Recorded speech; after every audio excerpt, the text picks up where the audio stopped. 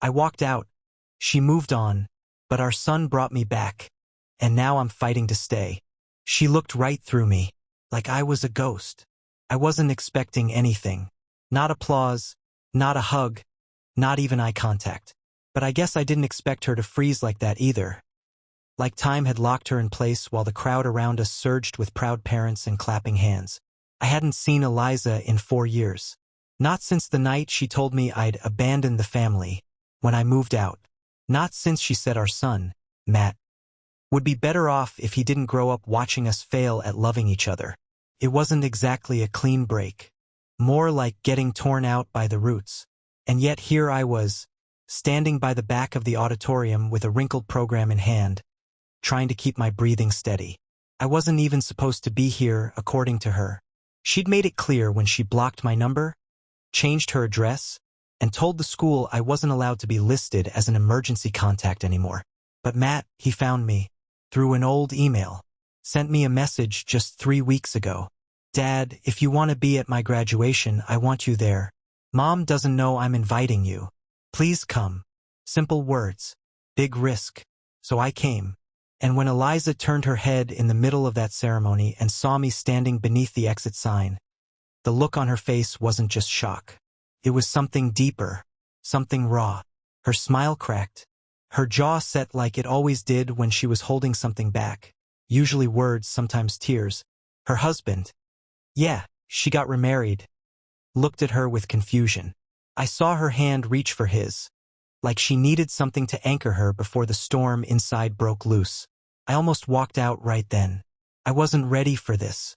I thought I was, but I wasn't. When Matt's name was finally called and he walked across that stage, tall, confident like a man, I didn't cheer. I didn't even blink. I just watched, like it was a dream I'd stumbled into and didn't want to wake up from. He looked out into the crowd briefly, and for the first time in years our eyes met. Just a second, maybe 2, but it was enough. And then I felt it, her gaze on me again. That's when she stood up, in the middle of everyone sitting. Her eyes locked on mine like she was about to walk over. I froze, heart pounding, hands shaking. She took a step forward. I took one back. And then she stopped, just stood there, looking at me like she didn't know whether to scream or cry. Then she turned and walked out of the auditorium. And now, I'm left standing in the corner, watching the doors swing shut behind her, and asking myself the one question I never wanted to face. Do I follow her, or let the past stay buried? I didn't follow her. Not right away. I stood there like some kind of idiot statue, trying to look calm while inside I was unraveling, thread by thread. Parents were still clapping. Some kid tripped on the stairs and people laughed. But all I could hear was the slam of those double doors in my head, over and over, like they were trying to say something I didn't want to hear. I should have been used to this kind of cold. Eliza had a way of disappearing long before she ever physically left a room. Back when we were still together, she used to check out during arguments, just glaze over. Her body stayed, but the rest of her packed up and went elsewhere. Somewhere safe. I think that was her survival skill. Mine was staying too long and hoping it'd get better. When I finally stepped out into the hallway, she was gone. Of course she was. Eliza never waited around for explanations, especially not from me. The hallway was long and empty, with vending machines humming in the corner and old posters of band concerts curling off the bulletin boards. For a moment, I felt like I was back in high school myself, young, dumb, and absolutely certain love meant fixing someone even if it meant breaking yourself to do it. Then I heard her voice, quiet, low, around the corner near the side entrance. I don't care if he's here. You should have told me, Matt. I froze. I needed him to be there, Matt replied. His voice was deeper than I remembered. He was almost a man now, but there was still a flicker of the boy I used to tuck in at night when Eliza had late shifts. And what? You thought I wouldn't lose it? You thought bringing him here would somehow, what, fix things? Matt didn't answer right away. Then, I thought maybe you could handle one night where it's not about you. Oof, that one landed hard. I didn't move. I knew it wasn't my place to step in. This was a war that had nothing to do with me, and everything to do with me. I leaned against the wall and closed my eyes, listening to the quiet after their voices died out. No footsteps, no slamming doors, just silence. I thought about walking back to my rental car, driving away, letting this whole thing stay unfinished like it always had. But I couldn't. Not this time. I rounded the corner. Matt was standing alone, hands in his pockets, eyes red-rimmed but dry. Eliza was nowhere to be seen. He looked at me, really looked at me. And without a word, he walked over and hugged me. I hadn't felt that in 4 years. His arms around me. His chin barely reached my shoulder now. I used to carry this kid on my back like it was nothing. Now he was taller than my mistakes. She left, he said into my shoulder. I figured, I murmured. And then he pulled back and said the one thing that broke me a little. I didn't invite you here to hurt her. I just wanted to see if you'd still show up for me. I nodded. Swallowed the lump in my throat. I'm here. A pause. Then he asked. But are you staying? But are you staying? That question hit harder than anything Eliza ever said during the divorce. And she said plenty. I looked at Matt. Really looked at him. His eyes were a little darker than I remembered. His jaw was starting to set like mine used to when I was younger, when I still thought grit was enough to carry a man through disappointment. He wasn't a kid anymore. But his voice, there was still hope in it. Still a small flame in there, flickering in the draft of all the pain we'd lived through. It scared the hell out of me. I don't know, I said honestly. He nodded like he expected that. The silence stretched between us, thick with everything neither of us had ever said. I wanted to fill it with something, apologies, explanations, maybe a dumb joke to ease the tension. But the truth was I had no idea what I was doing here beyond answering his invitation. And I think he knew that. You don't have to stay for her, he said quietly. I didn't ask you to fix anything. I sat down on the cold bench by the lockers. Yeah. But what if I want to? His brow furrowed. Fix it with her? No. With you. I don't think either of us knew what to say after that. He sat down next to me, and for a minute we just listened to the buzz of the vending machines and the distant muffled sound of names being called on stage. He pulled something out of his pocket. It was a picture, creased and faded like it had been carried around too long. It was the two of us at the beach back when he was maybe 6. I was holding him up over my shoulders and he had his arms out like an airplane. I used to look at this when I was mad at you, he said, turning it over in his hands. Tried to figure out if it was real. Was it? He looked at me and for the first time since I showed up, he smiled. Yeah, he said. It was. And that's when I realized what this really was. This wasn't about seeing Eliza again. It wasn't about unfinished business. It was about a kid, my kid, who'd kept a piece of our past alive when everyone else let it die. He stood up and offered me the picture. I told Mom you might come to dinner tonight, he said. She didn't say no. But I guess that was before she saw you. I looked down at the photo in my hand, then back at him. And what do you want? He shrugged, but it was the kind of shrug that meant everything and nothing all at once. I want to see what happens, he said. But I don't want to hope if you're just gonna disappear again. I nodded, still staring at the photo. Because now I had to decide. Go back to the car, drive out of town, keep this as a clean, closed chapter. Or go to that dinner. Face her. Face myself. What if she slams the door in my face? What if Matt never invites me again? What if staying makes everything worse? I looked up. Matt was halfway down the hall. And suddenly I realized the question wasn't just if I stay. The question was if I walk away now, what part of myself walks away with me? I showed up. I don't know what I was expecting, maybe some Hollywood reunion scene where everyone cries and forgives each other over casseroles, but I should have known better. Eliza opened the door like I was a delivery man, not the guy who used to know how she liked her coffee. No hug? I asked, trying to keep it light. She didn't laugh. You're early. I wasn't. I was 5 minutes late. Inside, the house looked exactly like it used to, which somehow made it worse. Same couch. Same photos on the walls. One in particular caught my eye, Matt's second-grade school picture next to a frame that used to hold a photo of me and him at the zoo. That one was gone. Shoes off, she said. Old rule. Old voice. I kicked them off and stood there, suddenly 16 again, waiting for her to yell about crumbs or muddy socks. Matt came out of the kitchen carrying a tray of drinks like he was trying to keep the night from tipping. You came, he said, like he still wasn't sure it was real. I said I would. We sat around the dinner table like strangers trapped in a polite nightmare. Lasagna. Garlic bread. A salad no one touched. Eliza talked about the ceremony, the weather, some new client she was working with. I answered when spoken to. Matt tried to bridge the silence with stories from school, but they landed like pebbles in a dry well. Then came the moment. She put down her fork, wiped her mouth like she was getting ready to speak to a courtroom, and said, "I wasn't told you'd be there." "I figured," I said, keeping my voice calm. "You had no right." "I had every right," I said, sharper than I meant. "I'm his father." Her jaw clenched, but she didn't argue. Maybe she couldn't. Matt looked between us, visibly shrinking. He excused himself to get dessert, probably just to escape the air in that room. And then we were alone. She looked at me, really looked this time. Not like a stranger. Not like an enemy. But not like someone she ever planned to love again either. "You showing up, it scared me," she said quietly. "That wasn't what I expected. I thought I'd have more time," she added. "More time before you came back into his life and made promises you might not keep." I wanted to be angry. But I couldn't. Because deep down I had the same fear. "I didn't come back to rewrite history," I said. "I just came back for him. That's it." "And when you leave again?" I didn't answer right away. Because I didn't know. Matt came back with bowls of melting ice cream and an expression that said he knew something had been said but didn't want to ask. So we ate. And we pretended. And when the dishes were done and it was time to go, Eliza walked me to the door. Not out of kindness, out of caution. "I meant what I said," she whispered. "Don't hurt him." "I won't." She opened the door, but before I stepped out she said something else. So quiet I almost missed it. "He still sleeps with that old dinosaur you bought him." Then she shut the door behind me.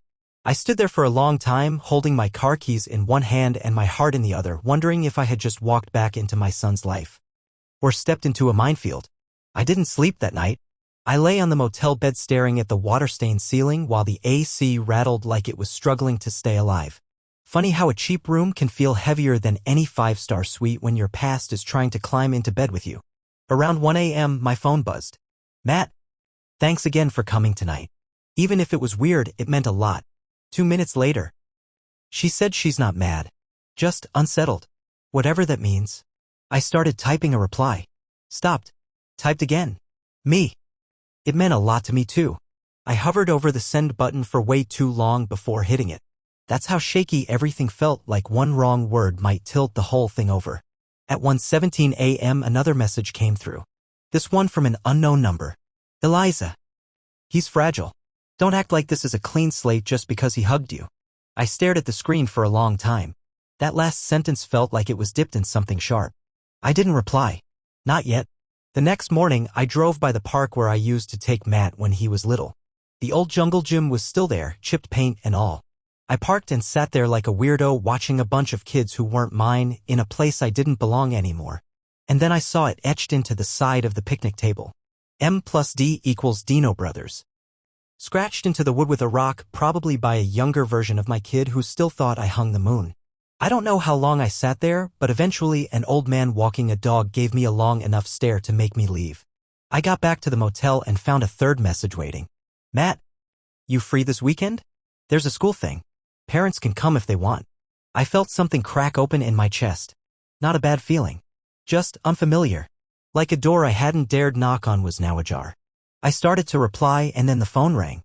Not Matt. Not Eliza. Her husband. I answered out of reflex. "Hey," he said, like we were old high school buddies catching up. "Look, I wanted to clear the air. I didn't know you were gonna be there yesterday." "Yeah," I said slowly. "I figured." She was rattled. Not mad. Just confused. She said the same thing, I replied. He hesitated. "I don't think you realize how hard it's been for her. Raising him. Holding everything together." That old anger started rising, slow and familiar. "I didn't leave because I wanted to." "No. But you left." There it was. Clean. Sharp. Unapologetic. "Matt's a good kid," he said. "Don't mess him up again." I wanted to shout.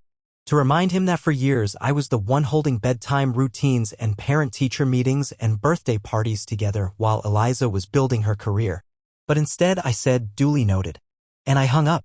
Then I stood there in that motel room staring at my reflection in the mirror above the sink. Because that was the first time someone had said it out loud. I left. Didn't matter why. Didn't matter if I thought I was doing the right thing at the time. To Matt, to Eliza, to everyone else, I left. And now the question was, can someone like that really come back? Or is it just showing up to say goodbye a little slower this time? Saturday came faster than I expected. Matt had invited me to some kind of senior showcase at his school. Projects, awards, a little reception. I figured I'd show up, keep my head down, shake a few hands, maybe see some science fair volcanoes. Simple enough. What I didn't expect was the fire alarm. I'll get to that. The event was in the gym. Fluorescent lights buzzing overhead, posters of class of 2025 slapped on every surface like they were trying to cover up how tired the place looked. Tables lined with student work. I spotted Matt near the back, standing beside a poster board titled Resilience and Family Structure, a personal case study. Yeah, that hit like a good punch. He waved me over, beaming. You made it. Wouldn't miss it, I said, trying to pretend I wasn't scanning the crowd for Eliza. She's not here yet, he said, reading my mind. I exhaled. His project was impressive: data, research, quotes, even some bar graphs. But one section caught my eye. Children of divorce often carry silent questions. But resilience isn't about forgetting the damage, it's about what you build in its place. Below that, a photo. Of us. At the zoo. The one I hadn't seen in years. You put that in there? I asked, throat dry. He smiled. You're part of the story, Dad. Whether you were there the whole time or not. Before I could respond, the fire alarm screamed to life. Everyone froze for a second, then teachers started ushering people outside. Matt and I grabbed his project and followed the flood of confused parents and half-panicked kids into the parking lot. It turned out to be a false alarm: burnt pizza in the cafeteria. But while we were waiting, a car pulled up. Eliza. She stepped out, confused by the crowd, then saw me and Matt standing off to the side. Her expression shifted the second she saw us together. Not angry. Not cold. Worried. She walked over, slow and careful. Everything okay? She asked Matt, brushing his arm like she still wasn't sure if he was made of glass. Yeah, he said. Just someone's lunch going nuclear. She laughed. Brief, brittle. Then looked at me. You came. Again, I said. And then she did something I wasn't ready for. She turned to Matt and said, Can I talk to your dad for a second? He looked between us. Sure. I'll be right over there. She waited until he was out of earshot before turning to me. I read his project, she said. And? She crossed her arms. I didn't expect it to hit that hard. I nodded. He's not a kid anymore. No, she said. But he still thinks you hung the moon. That stung. I didn't come back to be the hero, I said. Just someone he knows won't disappear again. She was quiet for a long moment. Then, and what about me? I blinked. What about you? If you're back for him, are you back in my life too? Because I can't, she stopped herself. I can't go through another emotional minefield just because he wants his dad. I didn't answer right away. Because I didn't know the answer. Not then.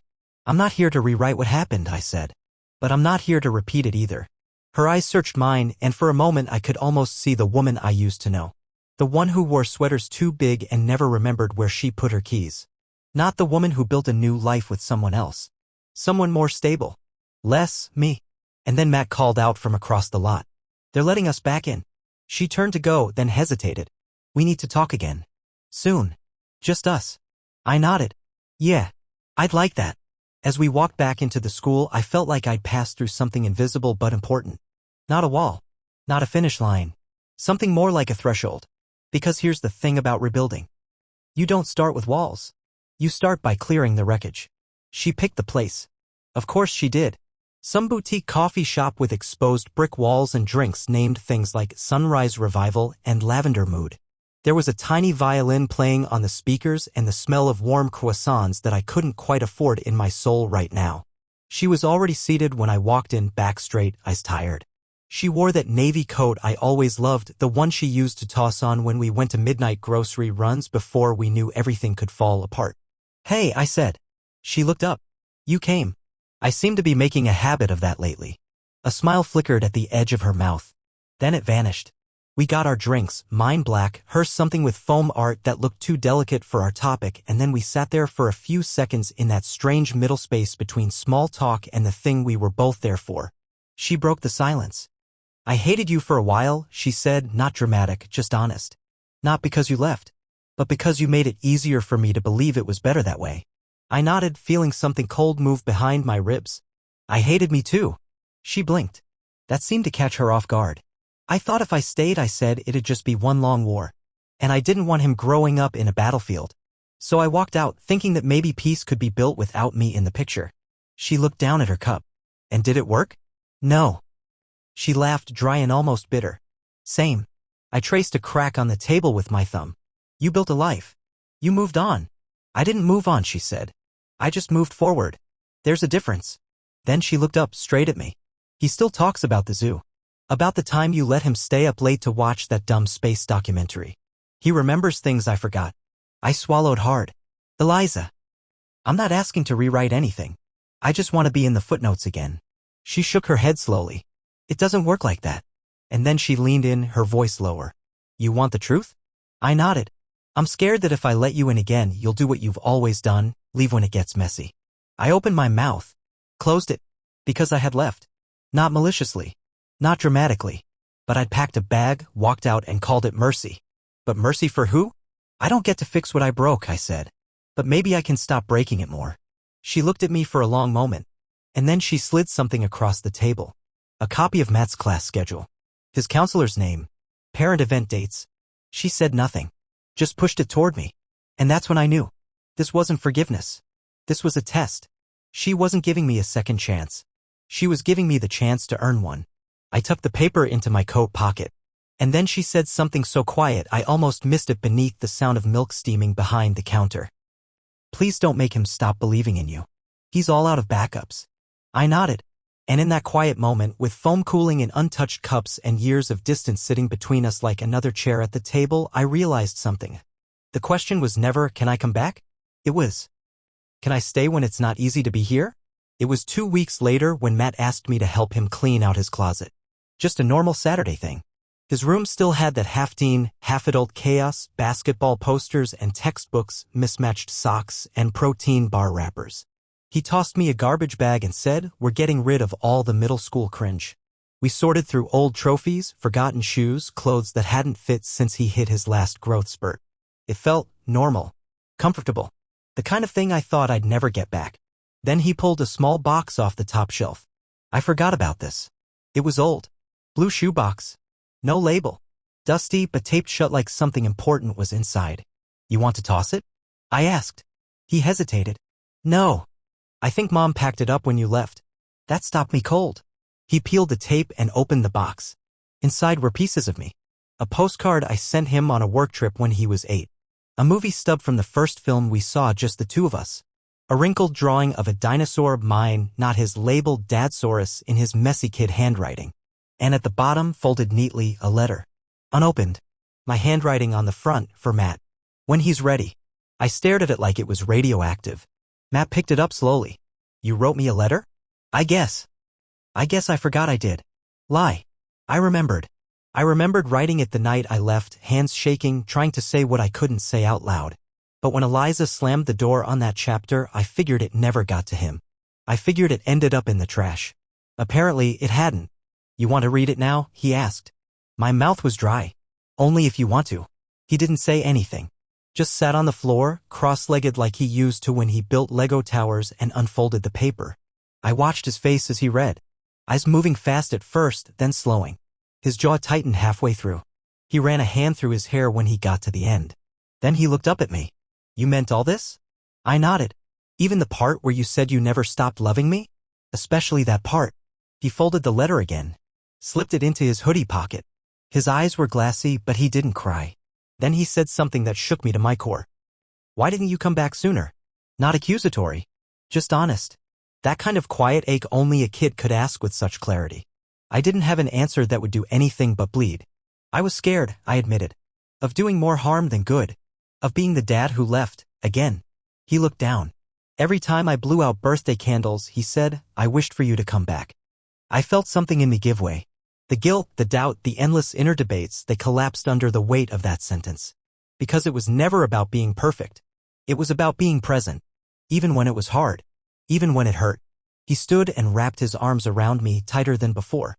I'm glad you're here now, he said. I didn't deserve that grace. But I held onto it anyway, like a rope thrown to a drowning man. 3 weeks later, Matt graduated again, this time from his senior year into whatever comes next. College. Life. All the things I once thought I'd never be around to witness. The ceremony was outside. Folding chairs on the football field. Breeze tugging at everyone's programs and tassels. I showed up early this time just to make sure there'd be no drama. Eliza spotted me, nodded once. No coldness in her eyes this time, just a silent kind of peace. A truce, maybe. One held together not by forgiveness, but by mutual understanding. I took my seat near the back. Didn't want to intrude. Just wanted to be there. A few minutes before the names started, a woman tapped me on the shoulder. "Are you Matt's father?" she asked. "Vice principal, maybe?" She had that firm but kind vibe. "I am." She smiled and held out a folded piece of paper. "Your son wanted you to have this." I opened it. "Hey Dad, look left." I did. A few rows up in the reserved section, an empty chair sat with a sign taped to the back. "Matt's dad." People around it looked confused. No one sat there. They just kept leaving it open. I looked back at the note. "It's for you. You don't have to watch from the back anymore." I swear I could have cried right there. But I didn't. I walked up and sat down. People turned. A few whispered. Eliza met my eye from across the rows and didn't look away. And then the ceremony started. They called names. Caps flew. And for the first time in years, I wasn't watching my son from the sidelines. I was where I was always supposed to be. After the ceremony, Matt found me in the crowd. Still in his gown, eyes shining. "Did you like your seat?" he asked. I smiled. It was perfect. He grinned, then looked a little more serious. "So, you staying?" I didn't even hesitate. "Yeah, kid. I'm staying." We walked out together. The field behind us.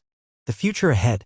And somewhere in the quiet between his laughter and the rustle of programs on the wind, I realized something simple, something true. Some chairs were never meant to be empty. Not forever. Just until we find our way back.